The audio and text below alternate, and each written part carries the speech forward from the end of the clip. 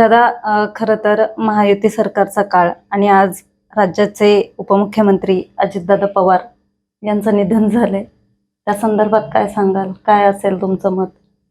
सकाळीच आम्ही नेहमीप्रमाणे 8 वाजता प्रचार दौरे सुरू केले. त्यामध्ये आमच्या गावातील सर्व महिला वेगवेगळ्या रोज गावं घेतात. आज दातखिळवाडी, उद्या काले, परवा पारुंडे, घरोघरी जाऊन प्रचार करतात. माझ्यावरील प्रेमामुळे त्या सकाळीच सगळ्या निघाल्या होत्या. आम्ही 8:30-9ला येणेरे या ठिकाणी एक छोटीशी प्रचार सभा होती, तिथे जाण्यासाठी निघालो. तर व्हॉट्सअपवर आणि अनेक फोनद्वारे कळालं की माननीय नामदार अजितदादा पवार साहेब, आपले जिल्ह्याचे पालकमंत्री, राज्याचे उपमुख्यमंत्री, महाराष्ट्राचा एक द्रष्टा नेता, विकास पुरुष, राजकारणात एक मैलाचा दगड आपण म्हणतो, किंबहुना देशाच्या राजकारणात ज्यांनी आपली छाप शरद पवारांनंतर सोडली, असा एक कार्यकुशल नेता आपल्यातून गेला. अर्धा तसं धस्स आलं.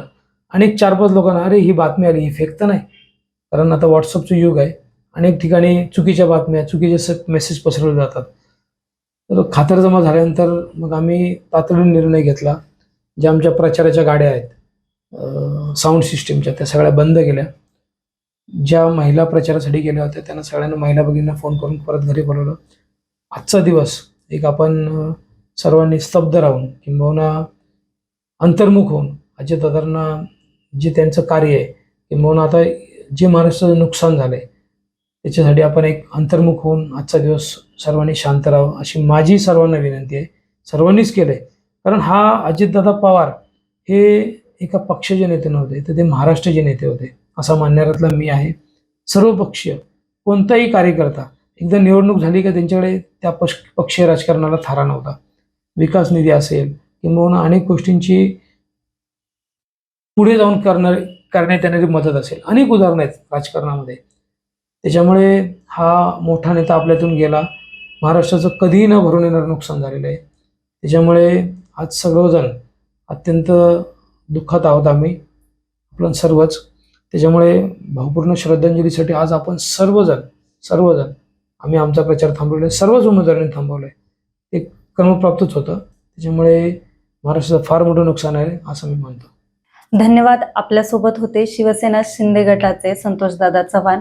खरं तर आज महाराष्ट्राला एक खूप मोठी पोकळी निर्माण झाली आहे. राज्याचे उपमुख्यमंत्री, स्पष्ट वक्ता, अगदीच तरुणांच्या मनावर अधिराज्य गाजवणारे अजितदादा पवार यांचं सकाळी विमान अपघातात दुर्दैवी निधन झालंय. दादांना आमच्या चॅनलच्या वतीनं भावपूर्ण श्रद्धांजली.